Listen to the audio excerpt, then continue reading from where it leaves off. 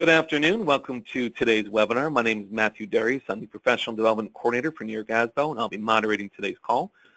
We have Medicare Prescription Drugs, Part D and EGWP, presented by Siegel Consulting and East End Health. Our presenters today are Lawrence Singer and Frank Perry. Before we get to them, I just want to tell you how you can interact with us today. There's pretty much 3 different ways you can do it. One, you can type in the chat box on your GoToWebinar control panel. That's not our preferred method. But if you feel comfortable doing that, please go ahead. You can also use the questions box on your GoToWebinar control panel. Control panel is typically on the right-hand side of your screen. If it's not, go ahead and maximize that. It won't affect anything. You'll still be able to see everything. Type in your question there. That notifies me. I'll then break into our call and make sure our presenters answer the question for you. Or if you're comfortable speaking over the phone, you can hit the raise hand button. It's a little circle in your GoToWebinar control panel that has a hand on it. You can hit that, and if you type in your audio pin, I'll be able to put you through to our speakers. With that out of the way, I'm going to turn it over to Lawrence and Frank. Please tell us about yourself. Hi, I'm Larry Singer. I'm a Senior Vice President with Siegel Consulting. Siegel Consulting, as some of you may know, is an independent actuarial and benefits consulting firm that works with a number of school districts in New York State on their health plans. I'm Frank Perry. I'm the Operations Administrator for the East End Health Plan. From the very beginning when we started back in 1989, as well as a retired school business official. Today we're going to talk about, as Matt said, retiree prescription drug alternatives. They fall into 2 categories, Medicare Part D and EGWPs called EGWPs. We're going to take a look at these 2 alternatives and talk about how either of them can provide benefits and give your school district subsidies. We're going to review the EGWP program with a little specificity. Unfortunately, not enough specificity to tell you why it's called EGWP, but we're going to contrast it to the subsidy arrangement because while the benefits to the district are different, there are some compliance issues. And we're going to talk about those differences from the member's point of view and the district's point of view, and hopefully have a little bit of time for discussion. On the next slide, what you see is a schematic of the standard Part D drug benefit. As a matter of background, in 2006, Medicare was expanded to include prescription drug coverages. The Medicare Modernization Act of 2003 became effective in 2006. The Medicare drug coverage is voluntary, and it's available to Medicare beneficiaries. As you know, those are individuals over age 65 or in receipt of a Social Security disability pension, and of course not working. So essentially, Medicare primary retirees have had access to drug benefits since 2006. The standard benefit has a structure that's pictured on the left that has an annual deductible. In 2006, that's $360. It has a basic benefit, which is paid 75% by the standard plan and 25% by the enrollee. Then there's a coverage gap. That's the part in the middle that currently has a cost-sharing level of 42% paid by the plan and 58% paid by the enrollee for generic drugs, and a different cost-sharing arrangement for brand drugs. Initially, as you will recall, the coverage gap was a true gap. There was no coverage at all. It was the Affordable Care Act in 2010 that legislated expanded coverage in the coverage gap. So what originally was no coverage at all is an increasingly level of coverage. And then over the catastrophic point, which is in 2016, $3,310, there is what's called catastrophic coverage, and that's cost shared, as noted on this slide, 80% paid by the plan, and 80% paid by Medicare, 15% paid by the plan. The sum of those two numbers is 95%, and the enrollee pays 5%. So that's the standard plan. And as I said, over the next, well, it was 10 years until 2020, that becomes more liberal. Ultimately, the standard plan is going to look like the picture on the right, where the coverage gap is eliminated and it's deductible. It's $25.75 for the basic benefit, and then the catastrophic coverage is $95.05. Going to the next slide. What you have on this slide is just a history of what the Affordable Care Act has done to increase coverage in that coverage gap. It started at 2010 as a true gap, and by 2020 it's the basic benefit cost sharing level of $25.75. The next slide is a similar representation of how brand drugs are paid under the Affordable Care Act.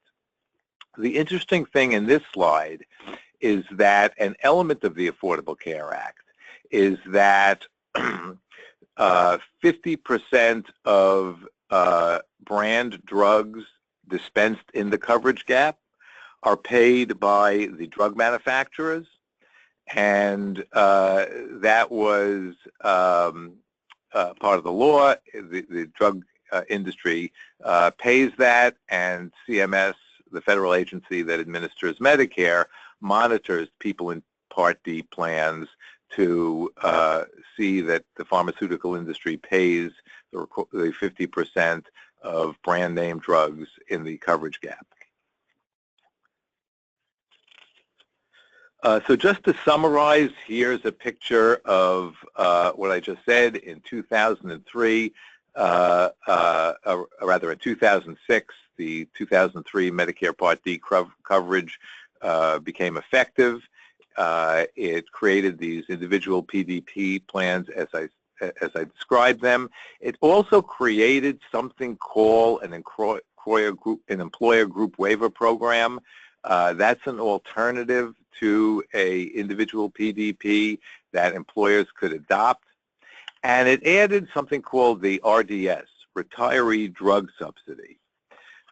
Just as a matter of background, the Medicare Prescription Drug Plan, Part D, is voluntary, as I said, and there's a premium to participate in Part D, but the premium that enrolled individuals pay only funds roughly 25% of the cost of the Part D plan. The majority, 3/4 of the cost of the Part D plan, is met by general tax revenue. So because essentially the federal government loses money for everybody who joins a Part D plan, Congress encouraged employers that provided retiree drug coverage to sustain that coverage. They did two things. They developed a retiree drug subsidy, which I'll describe in a few minutes, and they built a construct called an EGWP that allows employers to have group PD plans that are similar to the individual plan.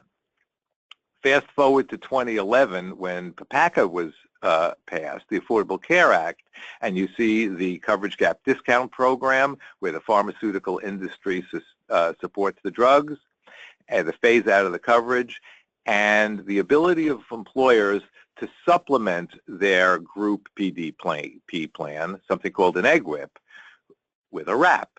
And you might have heard the phrase EGWP with a wrap. That's the history as to why it's called that. In 2013, two other things happened that are noteworthy for private industry.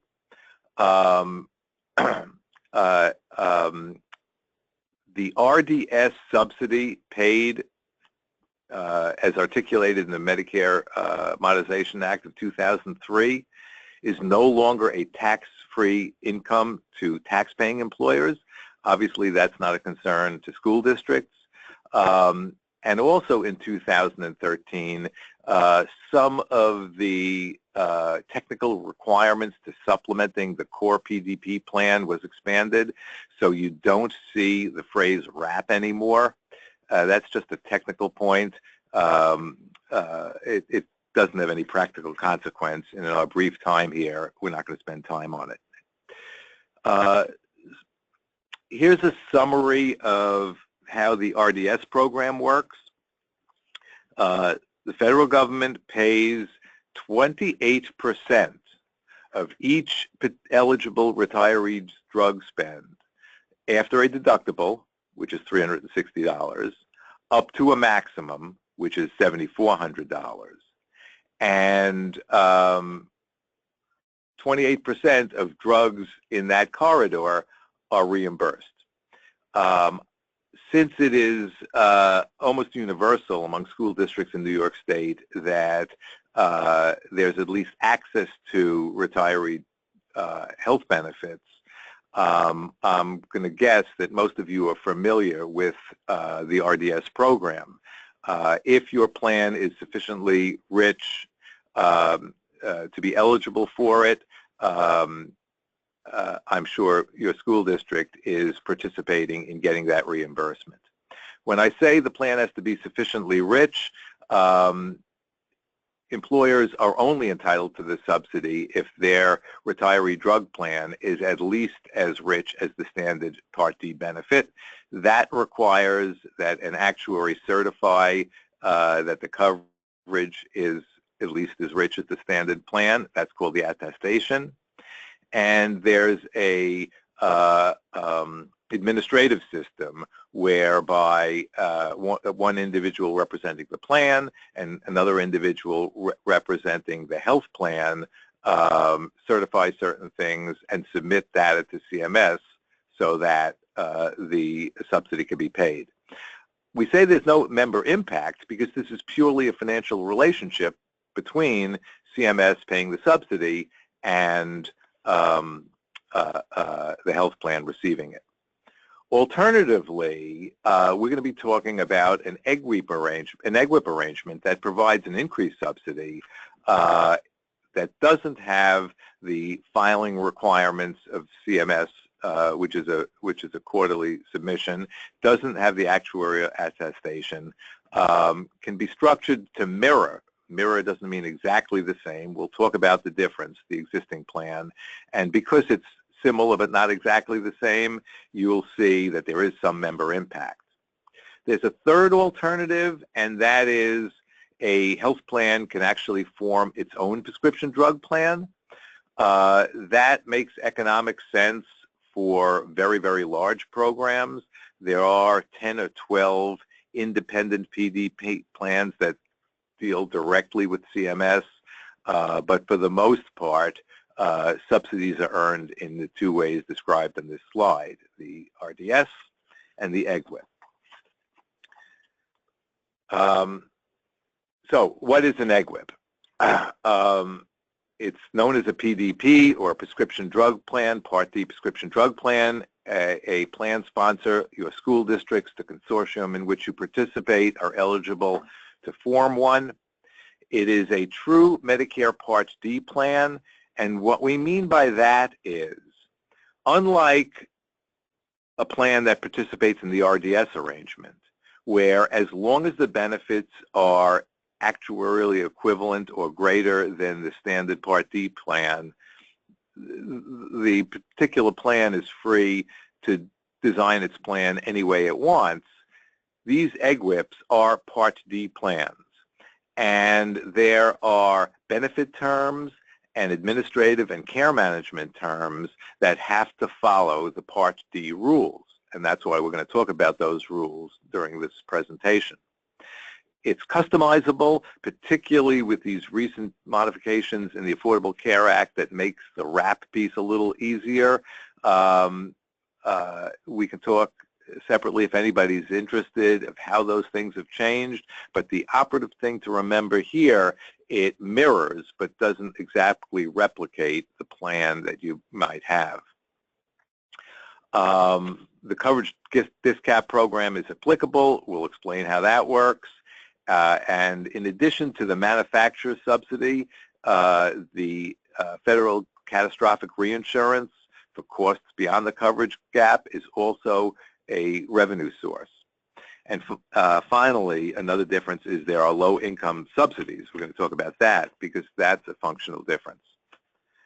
On this slide, what you have is a representation of what the standard plan looks like in 2016. You heard I referred to the deductible and the catastrophic coverage point earlier. And what an EGWP is it is two plans in one. It is a standard Part D plan that provides the benefits in the third column on this slide, as well as any particular enhancements that a particular EGWP purchaser might want to have to mirror the plan it had before it adopted the EGWP. That makes things like deductibles and different levels of cost sharing irrelevant. You can make those the same in an EGWP environment, but you do it technically with two plans that are melded into one. And understanding that, I think, will help a little as Frank talks about some of the not barriers, but some of the challenges he's had in implementing his plans. This slide essentially talks about where you can get an EGWP. As you can imagine, all the major PBMs are actively involved in providing EGWPs. Express Scripts, ESI is the largest provider. I think about half the EGWPs that exist among employers are provided by Express Scripts. I'm not editorializing, just saying that they're the biggest. The regional PBMs, ProAct, and other companies also provide EGWPs. Some of the smaller PBMs may not be able to provide it on a self-funded basis, and insurance carriers offer EGWPs, Anthem, Aetna, Cigna, as well as the regional plans, Independent Health, CDPHP, all offer EGWPs. Again, some of the insurance companies offer both insured and self-insured. PBMs, obviously self-insured. And as a general matter, if you look at the last bullet, if you have over 1,000 lives, you ought to have access to either an insured or self-insured arrangement. Between 500 and 1,000 lives, you might have trouble finding a self-insured arrangement, but we've actually placed a few under 500. We've had problems with other groups in that band where we've not been able to procure self-insured arrangement. Under 500, not only are there extra margins, meaning administrative fees, but you'll have a hard time finding a self-insured arrangement. Because larger groups have lower administrative fees, EGWPs are more attractive to the consortia. Also, as you'll hear, implementing an EGWP is a little bit complicated and is something that I think a consortia is probably better equipped to handle than an individual school district. So just to review, the RDS has 28% subsidy after the deductible up to the $7,400 limit. Oh, I should add that all the federal payments are reduced by 2%. If you remember 2 or 3 years ago, when there was a problem with passing the budget, certain expenses were sequestered, and both RDS and EGWP were not exempt from that. So the formula I mentioned is actually paid at 98% of what the law said it should be due to the sequestration. If that ever goes away, the 2% will come back. There is no subsidy in the RDS arrangement for drugs that are not Medicare Part D drugs. Some of your health plans pay for drugs that are otherwise available under Medicare Part B as part of the drug plan. There's some clinical and financial reasons why you might want to do that. If your plan does do it, that's fine, but those drugs are excluded from the RDS subsidy. As you could imagine, when your plan receives formulary rebate payments, that's netted out of the subsidy you get. You don't get paid twice, some from the manufacturers, and then get a subsidy on that amount. So as you could imagine, the RDS submission practice nets out formulary payments. And to repeat what I said earlier, the mechanism is such that the PBM submits claims to CMS. CMS pays the subsidy on a quarterly basis, and annually the plan has to file an attestation. On the next slide, we have a schematic of the EGWP arrangement. There is a national average PBM cost for the providing the standard Part D plan. And as you see on this slide, in 2016, that national average bid price is $64.66. In the law, there is a premium to join Part D, and that's taken out of the cost of the plan, $34.10.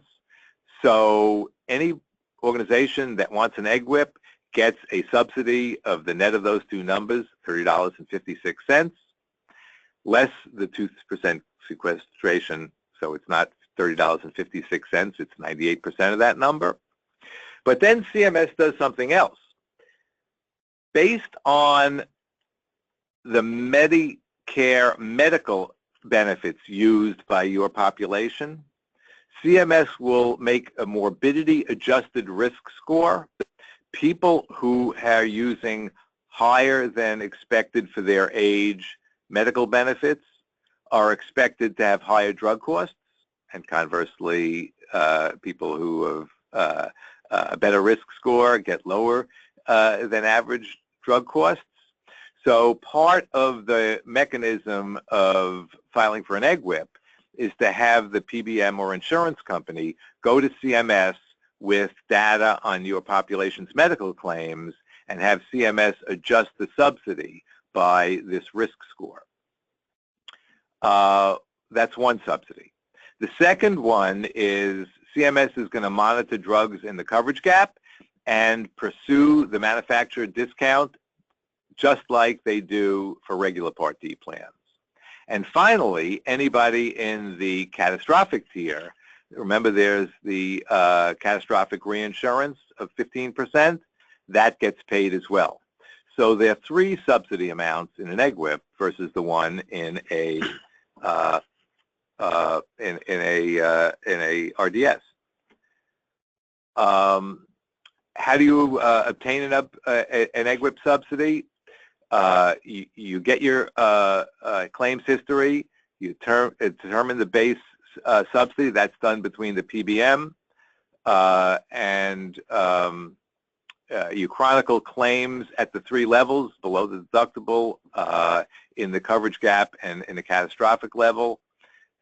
Calculate the estimated manufacturer rebates, the reinsurance amount, and their administrative fees. On the next slide, what we did is we came up with an illustration to show what this looked like for a particular plan that we work with that moved to an EGWP. It's really important in looking at these numbers to follow the assumptions. This population had 3,000 people, Medicare primary individuals. What we did is we looked at claims for a measuring period, 12 months ended June 30th, 2015, trended them for calendar 16, and that's the gross cost that you see in the top line. We subtracted from that the member cost share and anticipated what for 2016 the RDS would be based on the formula that I mentioned earlier, deductible maximum sequestration. And with that, we added down on the administrative fee the cost of participating in the RDS And as you can see, $13.2 million gross cost put a RDS for this particular client of about $2.1 million, netting the cost down to $10.4 million. Contrast that with the EGWP approach, where, of course, the gross costs are the same, the member cost sharing is the same. The base subsidy, which assumed, because we didn't have the ability to do the morbidity adjustment, that's something CMS does, so we assumed that a typical group. In our experience, by the way, most school groups are a little higher than average, but I don't know that that holds in all cases. So at the base risk level, the CMS subsidy is $1.078 million. The coverage gap discount is expected, based on the trended value of claims, to be $1.9 million. We added back in rebates associated with the coverage gap discount. We didn't want to count those twice. The reinsurance amount is $1.9 million. You could see the administrative fee is significantly higher, but when you add everything together, the net cost of drugs under the EGWP arrangement is considerably less, specifically about $2.2 million less. As a rule of thumb, this is what we find. Whatever your plan is getting in RDS will probably double if you move to EGWP. There are administrative requirements, and you should be aware of them, and this slide summarizes them. You have to go through extensive effort to get these morbidity adjusted risk scores. That involves a data element called a HIC number, Health Insurance Claim Number. Every Medicare beneficiary has one. You need that to both anticipate your subsidy and for CMS to be sure that they're reimbursing for bona fide eligible people. You have to enroll people on a timely basis. Frank's going to talk about that. You have to give prior notice to individuals, and Frank's going to talk about the requirements of that. It's very, very specific. The standard Part D plan has many administrative requirements. There are some benefit requirements. Remember, this is a Part D plan and has to adhere to all the Part D rules, and they're summarized on the second column. You have to allow a 90-day supply at retail pharmacies. Many school districts' pharmacy plans have mandatory mail order. You simply can't do that with an EGWP. There are refill limitations. A lot of school districts have exclusive arrangements with their specialty providers. You can't have that with an EGWP. Long-term care facilities. It's sometimes a school district might have an exclusion for drugs dispensed in long-term care facilities. You can't have such an exclusion. On the other hand, it's not on this list. It's a subtle difference, but you can't cover drugs dispensed at a VA facility. I would think your plans don't do that in any instance because typically there's not a charge for those drugs. But the VA likes to pursue coverage, and some of you actually might cover drugs dispensed in a VA facility. You wouldn't be able to do so in an EGWP. There are drug category restrictions that have to be removed. You can't have a limitation on contraceptive. One could wonder what impact that has for this population, but nonetheless, that's the law. And the other copay requirement, the other rather coverage requirements are also listed here. You can continue restrictions on non-eligible Part D drugs. Remember, I said that a lot of PBMs for their retiree drug plan in an RDS environment cover Part B drugs.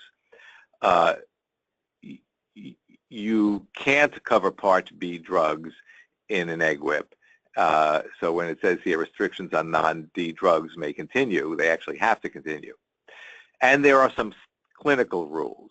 Most of these rules are probably more liberal than what you have for your current program, but be aware of the differences.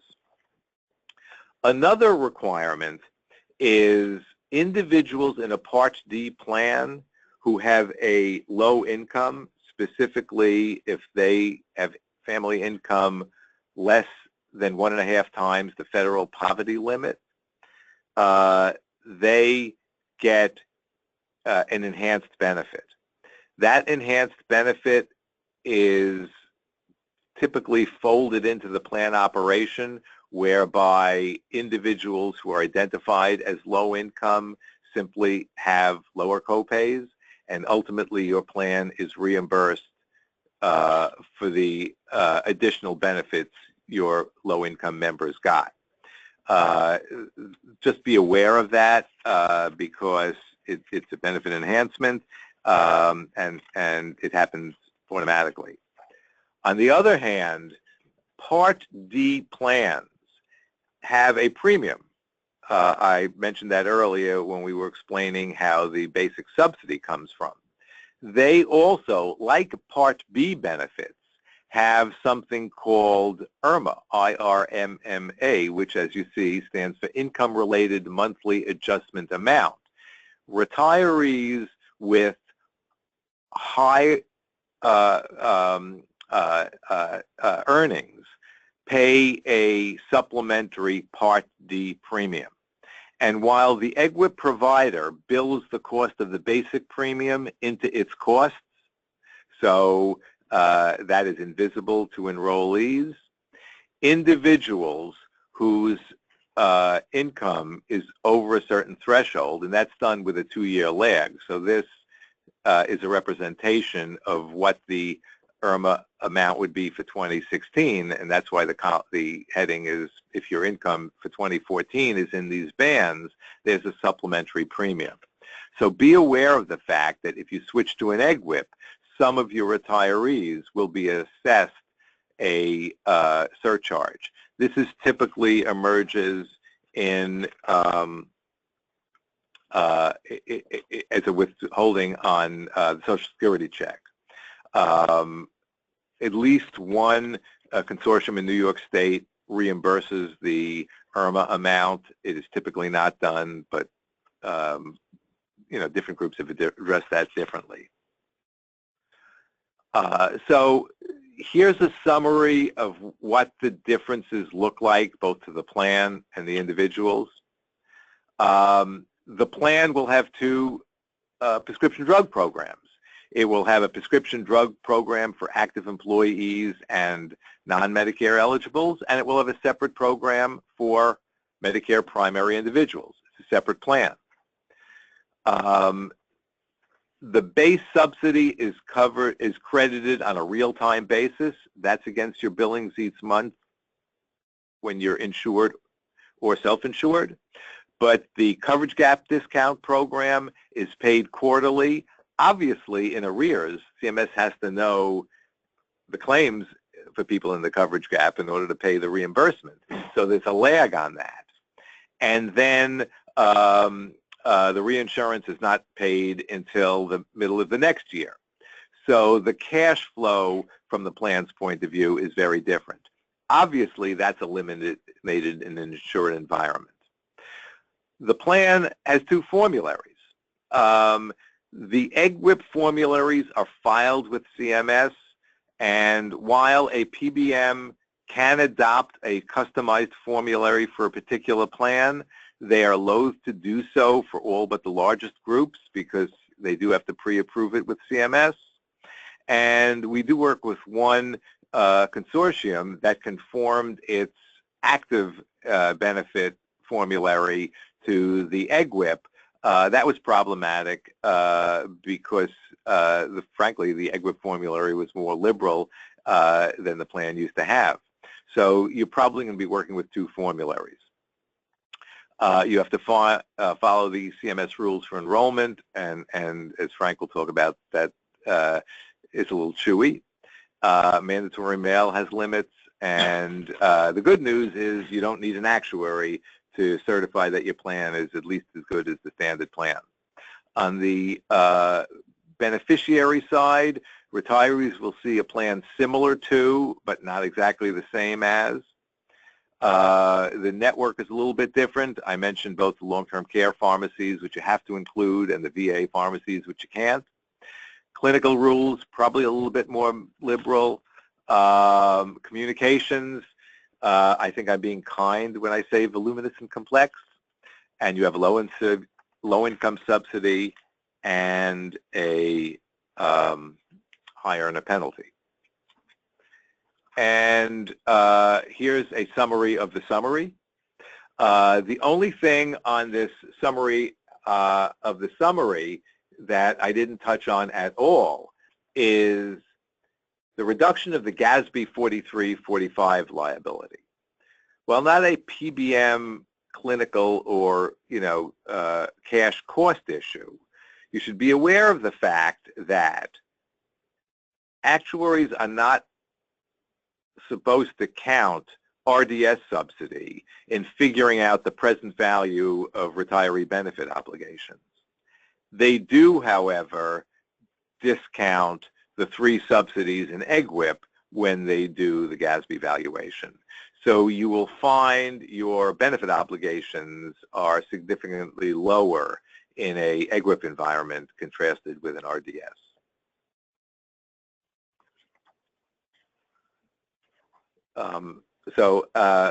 With that as a academic review of the how and why and what, I think Frank's going to use the remainder of the time to talk about, like, how do you get from here to there?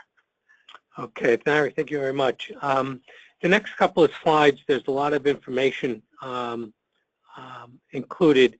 What I think I'd like to do is just tell you about our experience and the process that we followed.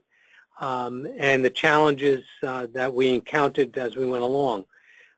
First of all, every district has all their members are covered by a prescription drug program. And most of them are on a claims paid basis. So what our plan did is we decided to take a look at what other options we had to reduce our claims costs. And one of the areas that our consultant suggested was to look at the possibility of getting into a EGWP program. So what we did was we engaged a consultant to take a look at our drug costs and see if we would meet the criteria for joining or creating a EGWP program. In doing that, obviously, as Larry's mentioned in his portion of the presentation, a lot of data had to be gathered to make a determination if we would be better off going with a self-insured EGWP program or an insured program. From my perspective, I found it a lot more beneficial to get into an insured program because a lot of the administrative and data gathering and analysis went away. And from a cash flow perspective, I knew exactly each month what the plan's costs were going to be to provide the drug coverage for our retiree population. It's important, two things that are really important. Number one, building in sufficient time to put out an RFP so that the insurance companies have enough time to submit a comprehensive proposal for the plan to consider. And we engaged an outside consulting firm, Siegel Company, to do that for us. It's very complex. It's very complicated. There's a lot of data that needs to be analyzed, and there's a lot of coordination between the plan and the companies that are submitting the proposal. Once that was done, we then, and usually you have to really plan to provide as much time as possible to implement the plan. Normally, it's about 120 days insurance companies look for to implement the plan. But if you can build in more time, you can make things go a little bit smoother and minimize the challenges that you might encounter. Once we made the decision to go to the EGWP program on a insured basis, we needed to communicate this change to our membership. As Larry mentioned in his comments, a lot of the information and the publications are regulated by CMS,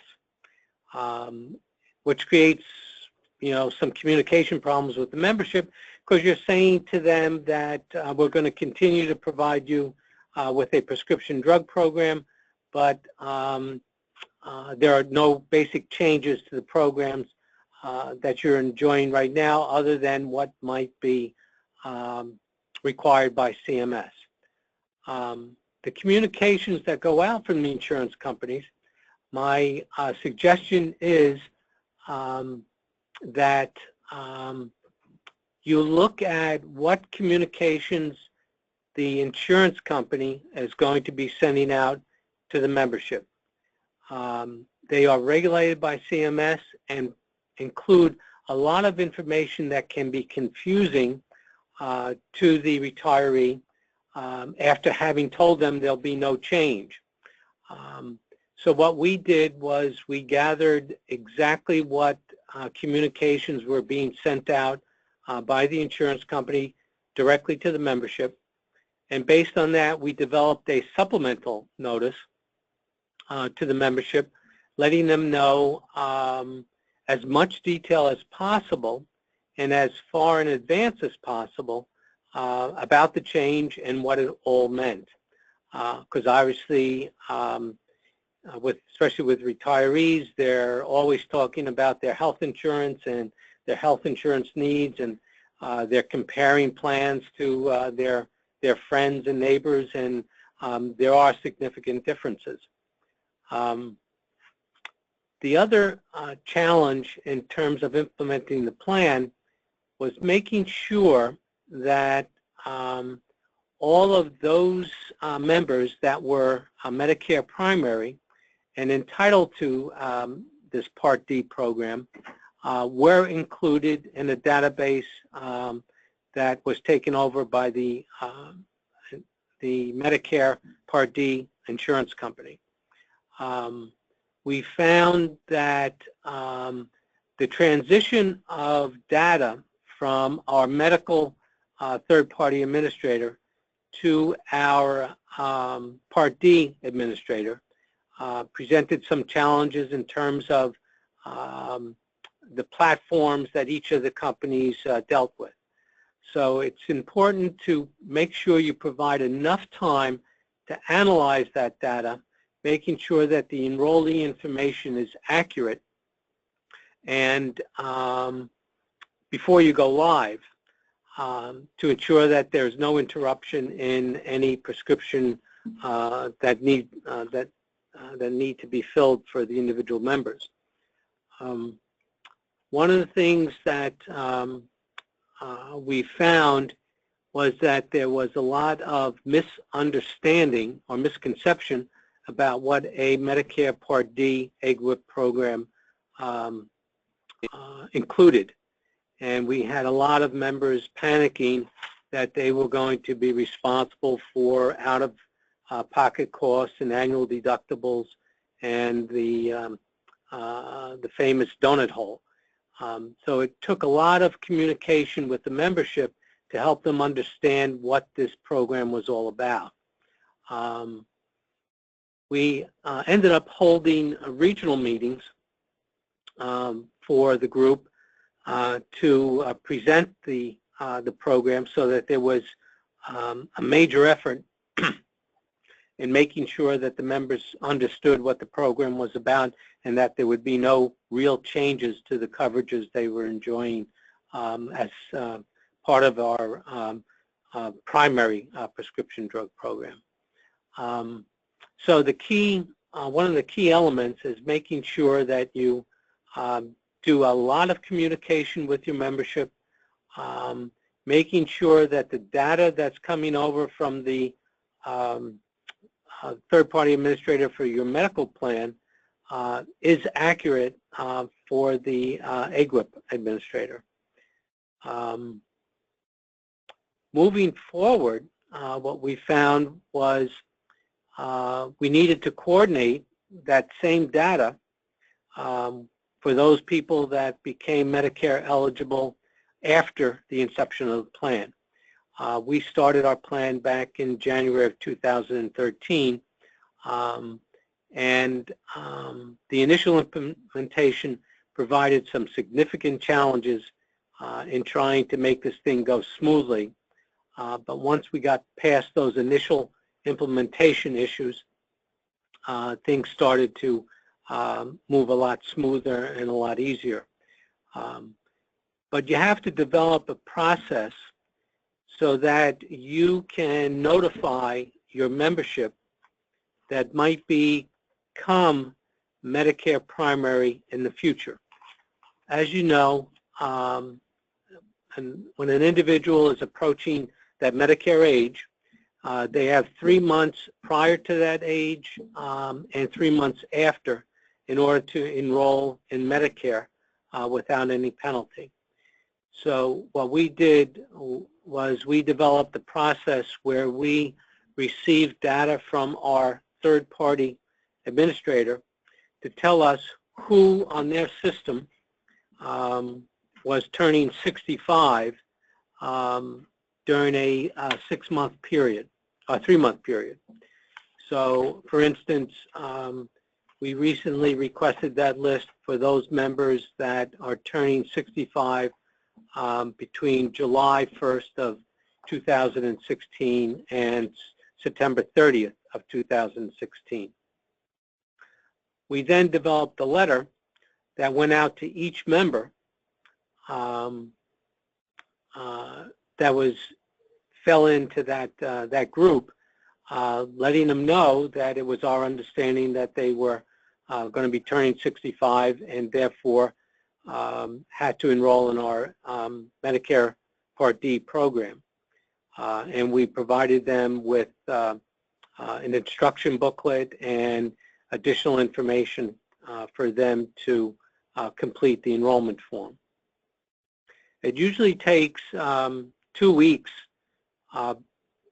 for the enrollment form to be processed by CMS because they have to verify the individual is eligible for Medicare and other criteria have to be met. So that you have to make sure you build into your whole process. It's a challenge at first, but once you get into a process, it'll go a lot smoother and the challenges will be minimized. You also have to coordinate with your current prescription drug benefit manager to make sure they get terminated from the current program. That presented a little bit of a challenge. And what we ended up doing was auditing the current PBM on a more frequent basis, at least in terms of eligibility and enrollment, to ensure that if a member was enrolled in our EGWP program, they were taken off the active program or the primary prescription drug program. So I would say that going to a EGWP program has saved our plans a significant amount of money. It has lessened to a certain degree the administrative worries that were faced when you're going with an insured, a self-insured program, and has been very, very successful. And we continue to provide the program and enjoy those savings over the years. Going back to the point that Larry made regarding the IRMA costs, this was something that was difficult for a lot of members to understand, and that it was not a charge invoked by the plan itself, but that was a requirement of CMS. And as most of you know, the Medicare Part B, as in boy premium, is reimbursed to the member by the school district.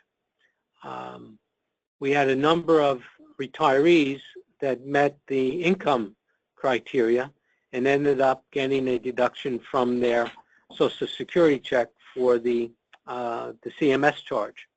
So that created a little bit of communication challenge too, because they were seeing it as a change in the plan. It really wasn't so much a cost of the invoked by the plan, but of CMS. I think most of the items that were included on those slides I tried to cover in a little bit condensed version of our experience. I think that turns it over to back to Matt if there are any questions. Great, thank you both. If anyone has any questions for our presenters, please feel free to type them into the questions box on your GoToWebinar control panel. We'll give you a minute or so to do that.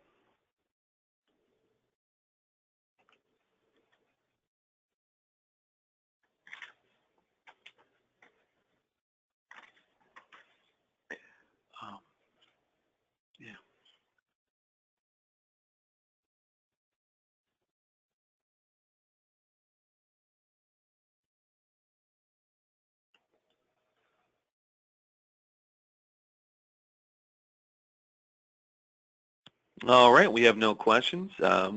Larry and Frank, thank you very much for presenting. For everyone on the call, if you'd like to refer back to the video, I'll be posting on School Business Connect later this afternoon. Thank you again, and have a great day.